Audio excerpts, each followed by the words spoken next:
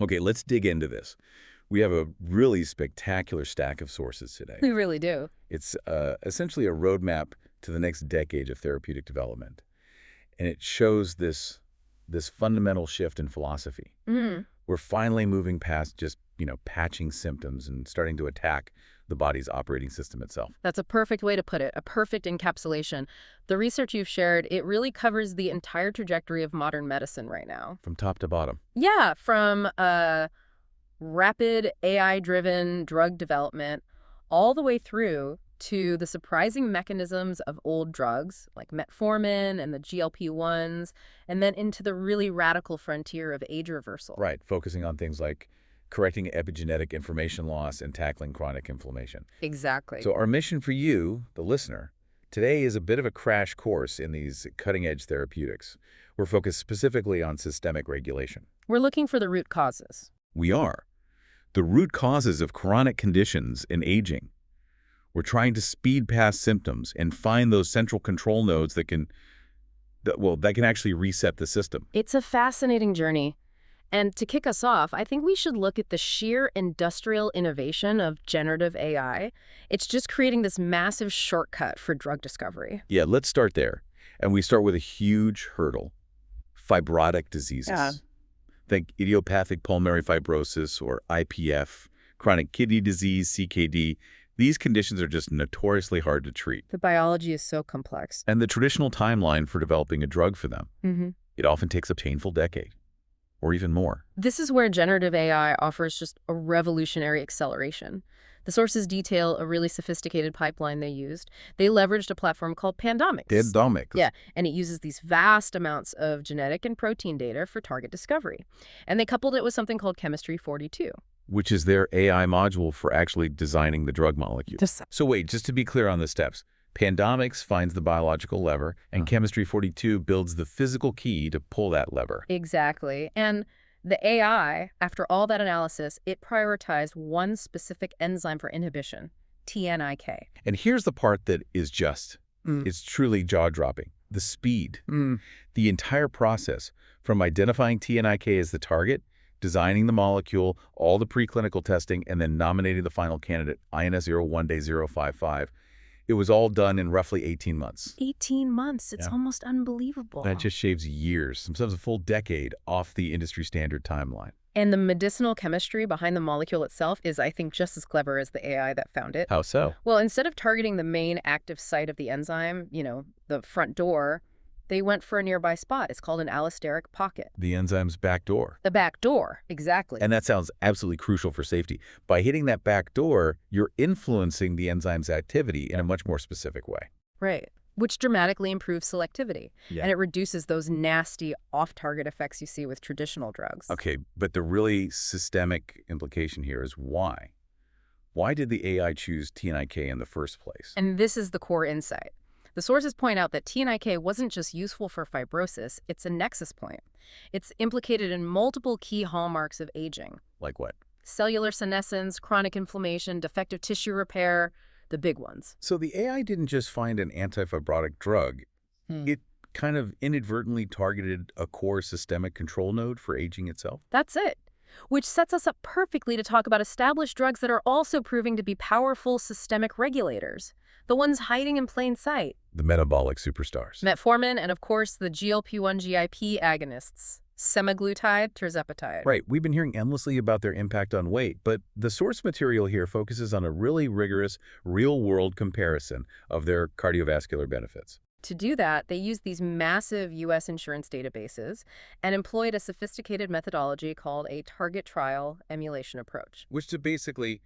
It's a way to leverage observational data to mimic the conditions of a randomized controlled trial, in this case, in high cardiovascular risk patients. A very clever way to get trial-level data from the real world. So what was the finding? For the primary endpoint, so that's a composite of heart attack, stroke, or all-cause mortality, it showed that in clinical practice, the benefit profiles were comparable. The hazard ratio was 1.06, which means no significant difference in those major outcomes. Okay, so if the cardiovascular benefits are statistically the same in the real world, why is there so much hype around tirzepatide? Is there any real difference we should be focused on? Well, there is an important nuance. Tirzepatide did show a modest trend, an HR of 0.91, toward a benefit in a secondary endpoint involving heart failure. So things like hospitalization or urgent visits for heart failure. Exactly. It suggests there might be a differential impact on cardiac structure or function there that's, well, it's worth more investigation. Interesting. Now, let's pivot back to the old standby metformin. This is where the mechanisms get truly fascinating. I agree. A large target trial emulation study on women over 60 with type 2 diabetes found that initiating metformin was associated with a striking 30% lower adjusted risk of death before age 90 compared to those using a sulfonylurea. That longevity signal is huge. But the real scientific shock here is the mechanism. We always thought metformin worked primarily in the liver. Right. But this source reveals that the drug actually requires a protein called RAP1 in the brain to work. In the brain. Specifically, it activates neurons in the ventromedial hypothalamic nucleus, or the VMH, to mediate its anti-diabetic effect. Well, hold on. The VMH, you can't just drop a brain acronym on us. What is that and why does it matter? Right, fair enough. The VMH is often called the brain's central command center for sensing nutrients, for managing overall systemic energy balance. So this shows metformin isn't just a local patch for the liver. It's a centrally acting drug. It's using the brain to control metabolism throughout the whole body. It's a brain-level communication pathway, and the sources absolutely confirm this is tied to aging pathways. How so? We have primate validation. Aged male cynomolgus monkeys treated for 1,200 days showed biological age deceleration. The deceleration. About 4 years in the liver and 3.4 years in the brain's frontal lobe. And it was via enhanced NRF2 mechanisms. Okay, another one. NRF2, what does that do? NRF2 is often called the master regulator of the antioxidant and detoxification response. The cleanup crew. It's the cleanup crew. It protects the cell from stress. Metformin is using this central brain mechanism to trigger a systemic cleanup and longevity response across multiple organs. Wow. The ultimate old drug learning profound new tricks. It's amazing. It really is. Yeah. To think that a drug we've used for 60 years is operating on pathways we only just mapped. Okay, let's pivot completely now to the age reversal toolkit, exploring the theory that aging is fundamentally a failure of the cell to read its own instruction manual. The loss of epigenetic information. Exactly. And the evidence for this being a cause, not a symptom, is pretty compelling. Researchers use a system called IC that's inducible CRISPR-mediated epigenetic editing in young mice. And how does that IC system work? Are they using CRISPR to intentionally mess up the epigenetic map? That's exactly what they're doing. They induce these non-mutagenic DNA double-strand breaks. Okay. These breaks trigger a scramble as the cell tries to repair the damage, which in turn corrupts the underlying epigenetic landscape, the software instructions. So they're breaking the DNA just to confuse the repair system. Right. And when they did this, these young mice rapidly acquired frailty and cognitive decline that resembled 24-month-old mice. So that's the aha moment. It is. It strongly suggests that the loss of that information, the corrupted software, is a direct cause of aging, not just a passive symptom. But the sources also introduce a kind of counter theory. The shocking possibility that aging is an extrinsic problem, that it's driven by inhibitory factors circulating in the blood. Which is supported by those famous parabiosis experiments, right? Exactly. We have evidence showing young mice briefly exposed to old blood acquired an aging phenotype in just 2 weeks. Way too quick for accumulated damage to be the only reason. Far too quick. And this led to the discovery that therapeutic plasma dilution works, not by removing old cells, but by diluting these systemically elevated inhibitors, these bad signals that accumulate with age. So aging is bad programming inside the cell and bad signals coming from outside. Oh, combination of both. Which means when we look at the senescent or zombie cells themselves, we have 2 different ways to intervene. First, senolytics, the elimination approach. Right, and for that, researchers identified a microRNA called miR106B5P as a highly selective senolytic. And it induces apoptosis, or programmed cell death. Yes, specifically in senescent human cells. When they delivered it systemically in aged mice, it effectively reduced those senescence markers.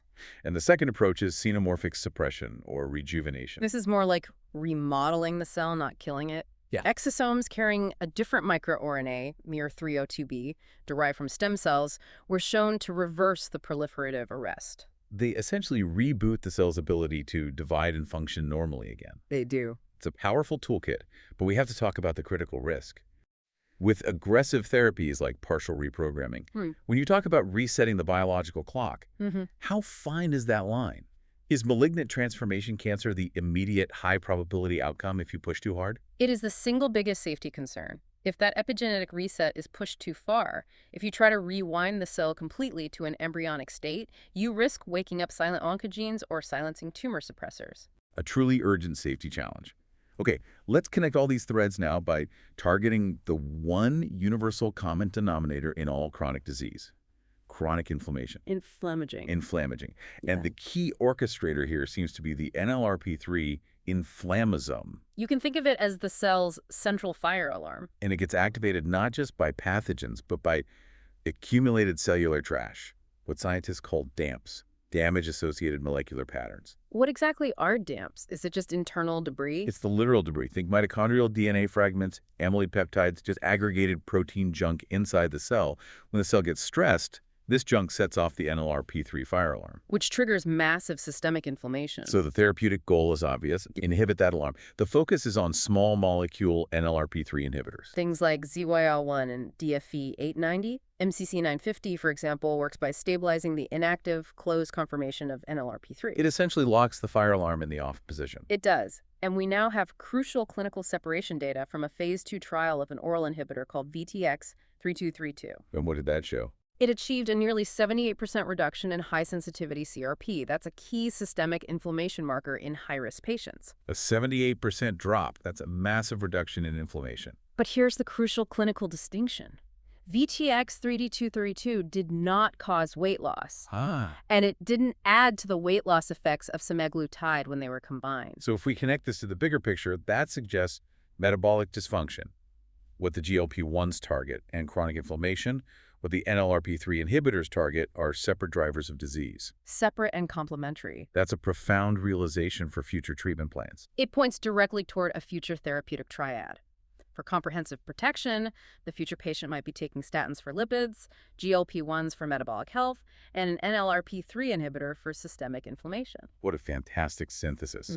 Okay, for our final segment, let's return to the AI goldmine, but this time using it to scan decades of archived data for aging signals that the original researchers missed entirely. This is truly next-level bioinformatics. The clock-based agent platform they used integrated nearly 2 million samples. 2 million. And it used over 40 distinct aging clocks models like Grimmage, PhenoAge, and the famous Dunen pace. Now, why use 40 different clocks? Why not just one? Because every clock model has its own inherent biases based on the data it was trained on. By processing over 43,000 comparisons using all 40, they essentially neutralize those biases, giving their findings a validated 99.3% correctness rate. The rigor is just unmatched. And the analysis revealed something profound about fundamental biology. Interventions are significantly more likely to accelerate aging than to decelerate it. That makes a kind of intuitive sense. It confirms the basic truth that it's just much easier to break a system than it is to improve it. Right. And that underlying biological asymmetry made the next discovery even more worrying. Okay. Among FDA-approved drugs in this massive dataset, the agent found a stark imbalance. 136 compounds were identified as having pro-aging effects. Meaning they accelerate biological age. Compared to only 78 that had anti-aging effects. Wow. The implication of that is massive.